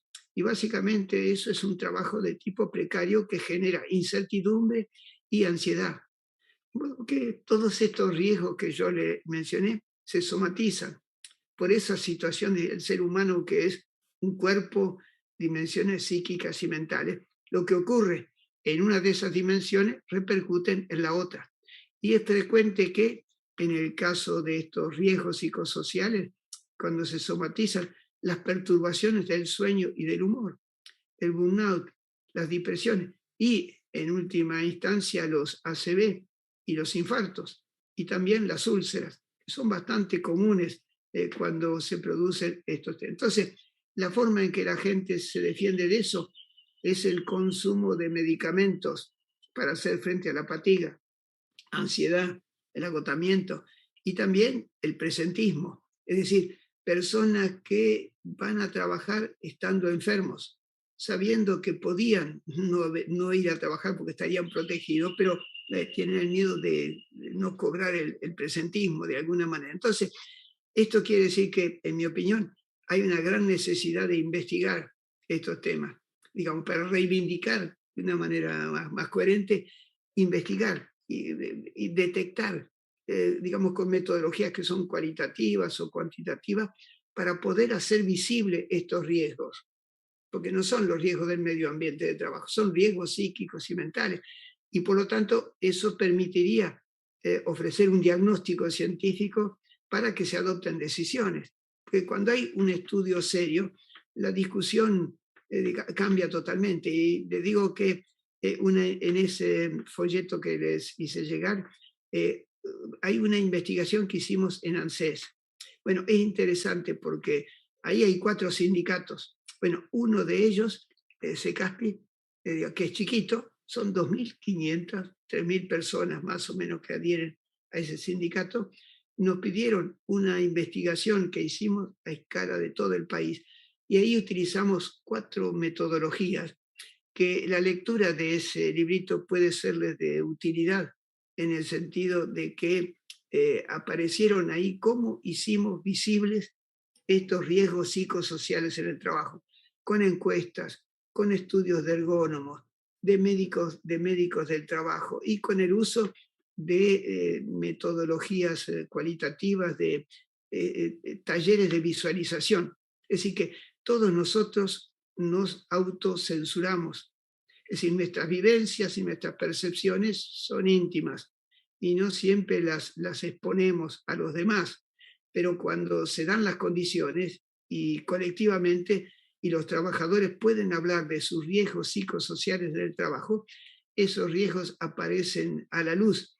Y les digo que la investigación que hicimos, que duró 1 año, cuando terminamos y entregamos el informe, los problemas que habían detectado las y los trabajadores en esos talleres de visualización, cuando tenían confianza y hablaban de los problemas, cómo afectaban el trabajo, la inexistencia de una carrera profesional, que no había evaluación del desempeño, que los cargos eran políticos o lo que fuera, surgieron básicamente y hubo una coherencia total entre lo que pensaban los trabajadores y el resultado de la investigación.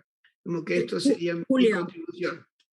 Bueno, muchísimas gracias. Ahí Julia Satlari nos compartió la copia del folleto al que hacías referencia. Muchas gracias por, bueno, todo lo que expresaste en torno a los riesgos psicosociales, bueno, cómo se ve afectada la salud y la subjetividad de los trabajadores en relación con las condiciones de trabajo y con la tarea que tienen que emprender. Muchísimas gracias, Julio. Te pedimos, Julio, que te silencies. Así, por las dudas que no haya ningún sonido, le damos la palabra a nuestra última panelista, que bueno, ya habíamos presentado al inicio. Un gusto muy grande tener a nuestra compañera de la UTE, CETERA, Angélica Graciano, aquí presente.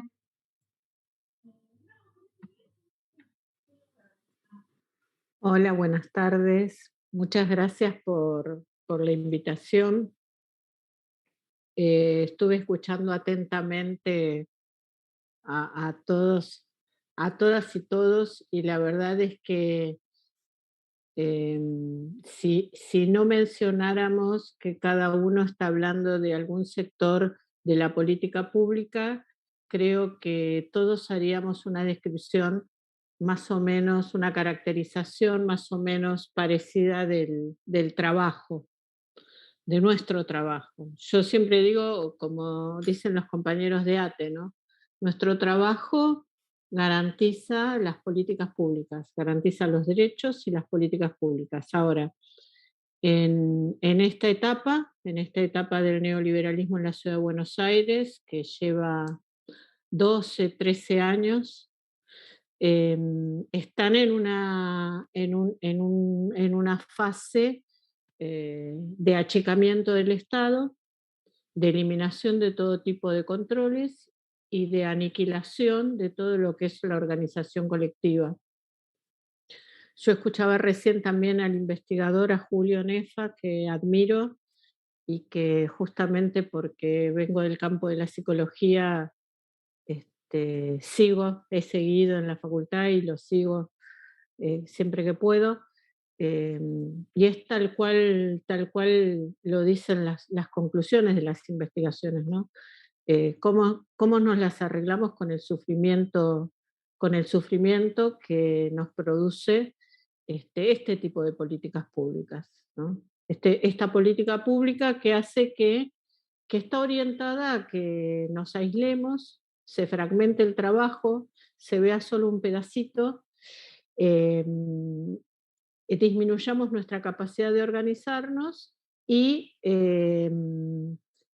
quedemos en el lugar de la impotencia. Y creo que esta actividad que ustedes han organizado nos permite pegar una vez más, como todas las veces que lo hemos hecho y todas las veces que lo vamos a seguir haciendo, es saltar esa valla y juntarnos a pensar colectivamente y a organizarnos colectivamente, porque la respuesta siempre es en unidad, con organización y con lucha. No hay otra manera.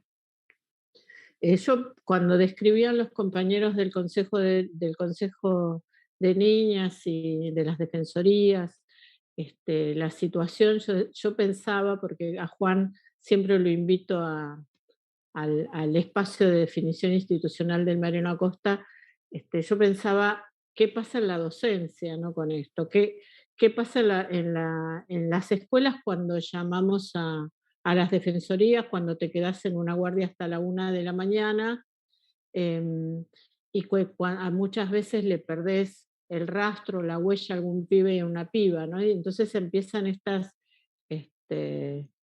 estos dichos que dicen, bueno, no sirven para nada, esto es inútil, y no se sabe lo que verdaderamente está pasando en este organismo, ¿no? Que es un organismo de control de derechos, de garantía de derechos, y que tenemos que intentar trabajar conjuntamente.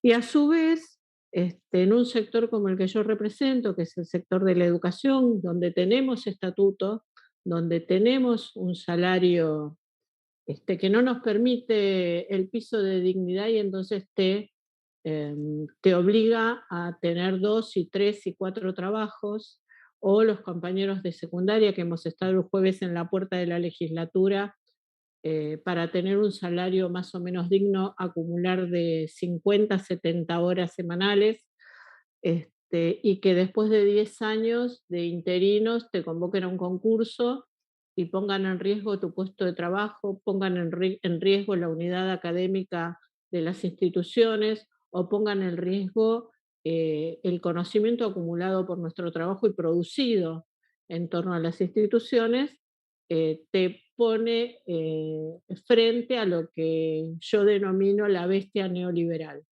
Digamos, porque en esta fase la bestia neoliberal está suelta, lo hemos visto claramente en toda la pandemia, lo hemos visto cuando intentaron hacer saltar por los aires todos los dispositivos de cuidado y todos los dispositivos de protección de derechos, y cuando al propio sector al que yo represento, que es la educación, nos pusieron en la situación de tener que elegir entre nuestro salario y enfermarnos.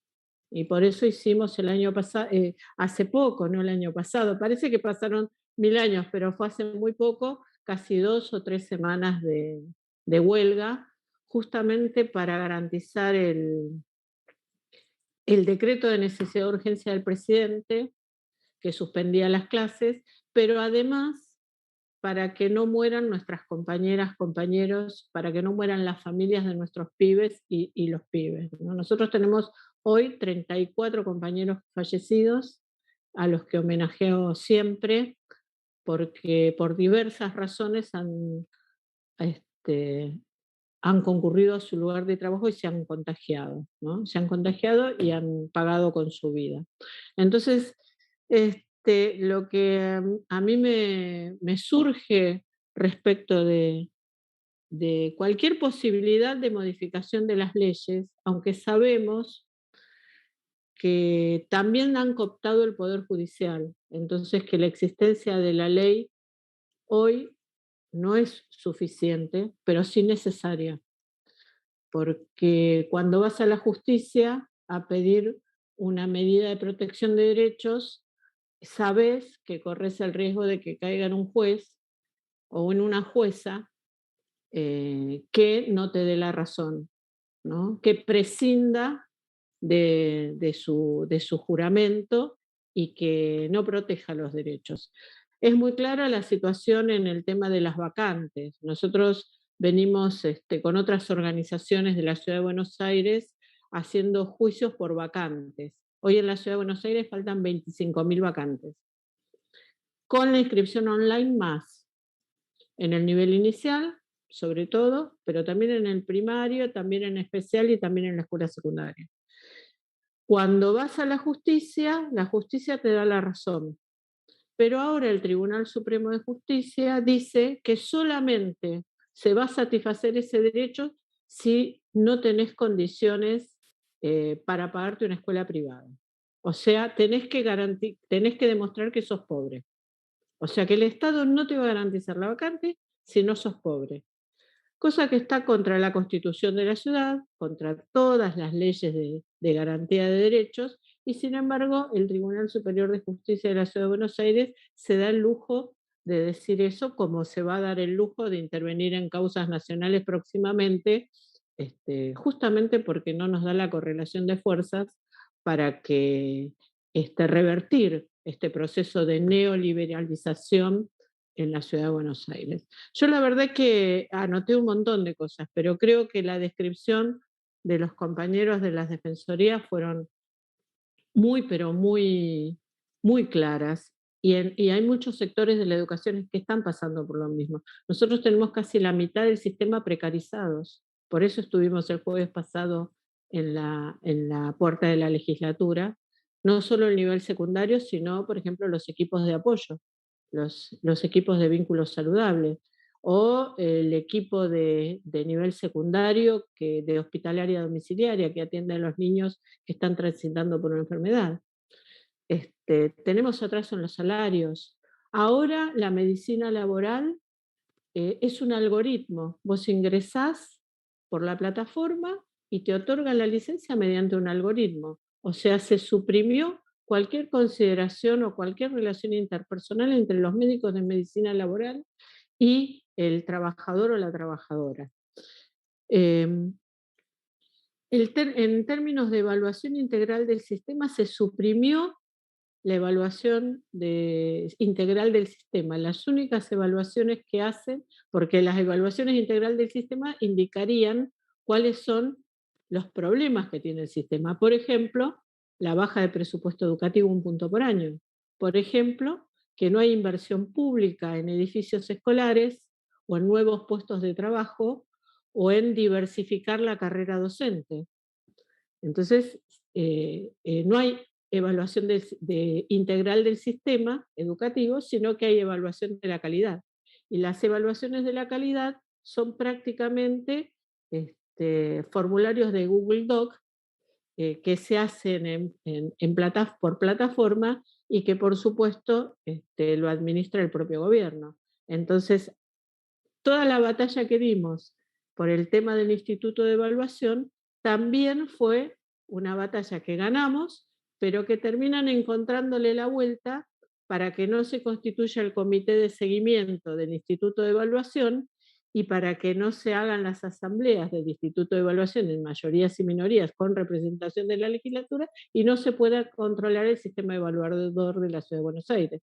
Entonces, a mí lo que me parece es que nosotros tenemos que seguir presentando leyes, tenemos que seguir presentando iniciativas. Creo que en este momento tenemos que impulsar leyes que fortalezcan las trayectorias educativas, que haya control de los presupuestos, que haya un control participativo de los presupuestos educativos, que se implemente la ley de comunas para que dentro de las comunas podamos discutir cuántos edificios escolares, qué vínculos tienen con el CESAC, qué vínculos tienen con las defensorías y cuáles son los recursos simbólicos y materiales que necesitamos para que cada comuna tenga la organización y la garantía de derecho que se merece.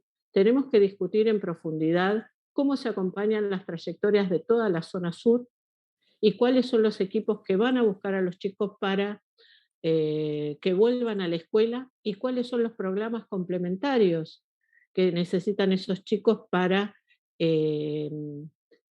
recuperar aquellas cosas que no han aprendido todavía y para desarrollar al máximo su potencial. Yo no estoy de acuerdo con las barbaridades que ha dicho la ministra de Educación, además de decirnos viejas, fracasadas, sin capital cultural y sin experiencia para volcar en el aula, ha dicho que los aprendizajes que se pierden no se recuperan. Eso es una barbaridad, porque si no se pudieran recuperar no hubiera educación permanente, no hubiera educación de adultos, no habría formación a lo largo de toda la vida. Entonces me parece que nosotros tenemos que seguir proponiendo iniciativas legislativas que potencien todo lo que es la integración de las políticas públicas y el desarrollo integral de los niños, niñas y jóvenes en la Ciudad de Buenos Aires. Y por supuesto seguir construyendo unidad, organización y lucha. Nada más, muchas gracias. Muchísimas gracias, Angélica. Bueno, vamos a decir que también estuvieron presentes Liz Muslera de Apiaba y Carol Diamond de la Secretaría de Niñez de la PDH en este encuentro. Bueno, creo que la pertinencia de esto último que decía Angélica da cuenta de cómo es esencial el rol de los y las trabajadoras de las distintas áreas del Estado con su conocimiento, con su saber, para hacer los aportes a las políticas públicas que son imprescindibles y que justamente de esto está adoleciendo este gobierno de la Ciudad de Buenos Aires en no prestar los oídos a las trabajadores con este saber, a las comunidades y bueno, varias de las cuestiones que se han planteado acá claramente expresan este vínculo que en distintas áreas del Estado necesitamos fortalecer en las redes porque los problemas que transitamos son sencillamente muy similares, como bueno, lo que se planteaba aquí, la demanda psicológica que tienen los trabajadores en relación con las condiciones de trabajo y las tareas que cumplen. Muchas veces nos encontramos con esta misma demanda en quienes atienden precarizadas las situaciones de violencia de género en distintas áreas de la Ciudad de Buenos Aires e inclusive en las promotoras territoriales que ni siquiera tienen un reconocimiento en su labor para articular con las políticas públicas, la insalubridad, también dan cuenta de esto trabajadores de la salud que han planteado proyectos específicos también en esta legislatura para atenderlo. Bueno, con Angélica hemos trabajado en relación con los CPI, por ejemplo, en un proyecto para que justamente los vincule con el Ministerio de Educación, dando cuenta de que trabajadoras, como planteaban también ustedes que sucede en niñez, ¿no es cierto? Profesionales que en el área de niñez no tienen los mismos derechos laborales y el mismo salario que en otras áreas del gobierno de la ciudad. Bueno, sucede lo mismo aquí con las docentes que están en los CPIs en relación con las que están en las áreas de educación inicial. Entonces, bueno, claramente estamos ante una...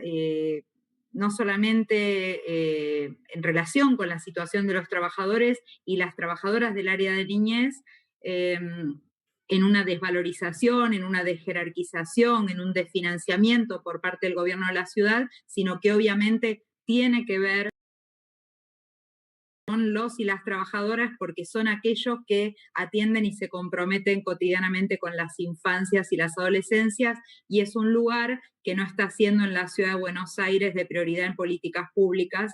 Decimos siempre una ciudad que es la más rica del país, pero también la más desigual, y justamente en los territorios del sur, en los territorios de los barrios populares, es donde más claramente en esas infancias y adolescencias vulneradas se vive el perjuicio de la falta de prioridad en la política pública.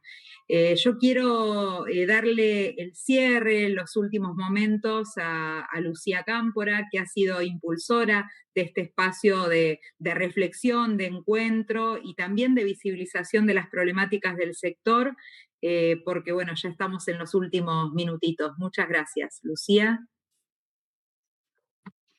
Gracias, Lau. No, muy breve porque, como habíamos dicho al principio, a las 6 teníamos que entregar el canal de Zoom, por eso la apremio en los tiempos para hablar. Nos habría gustado seguirles escuchando, Julio, la verdad que sabíamos o daba la sensación que tenías para seguir, y para todos nosotros es un placer escucharte, así que la verdad es que agradecerles por estar acá, a Julio, a Juan, a Paula, a Valeria y a Angélica, y agradecerles también a las compañeras asesoras que estuvieron trabajando tanto para que estos 2 encuentros, hoy fue el segundo, se puedan realizar. Así que bueno, esperemos que hayan servido. Para que sepan, esto se transmitió en vivo por YouTube y quedan colgados en YouTube, es decir, que ese link de esta charla y la de la semana pasada se pueden pasar para quienes quieran verlo. Sé que hay mucha gente, de hecho, que quería poder estar y que por el horario no pudo asistir. Bueno, la virtualidad nos deja esa pequeña ventaja, que es que se puede ver en diferido. Así que estos encuentros fueron para reflexionar, para pensar, para construir las estrategias legislativas para garantizar derechos de las niñez y las infancias, pero nos queda mucho por delante para trabajar de conjunto, seguramente, en lo que tiene que ver precisamente con la implementación de esas estrategias, en la construcción de proyectos, en el análisis de los proyectos que eventualmente se presenten, y por supuesto en el día a día de cómo se desenvuelve esta tarea en el ámbito de la Ciudad de Buenos Aires, para lo que saben que cuentan con nuestro acompañamiento y apoyo por parte del bloque del Frente de Todos y Todas. Así que muchas gracias Lau. No hacía falta agregar mucho más, pero bueno, dejé este saludo. Así que gracias a todos y todas.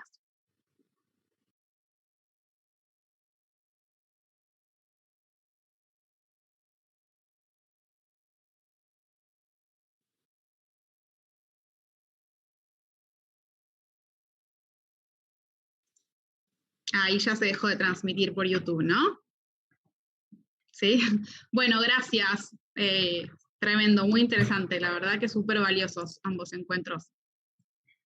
Bueno, muchísimas gracias por la organización, por nada, la invitación.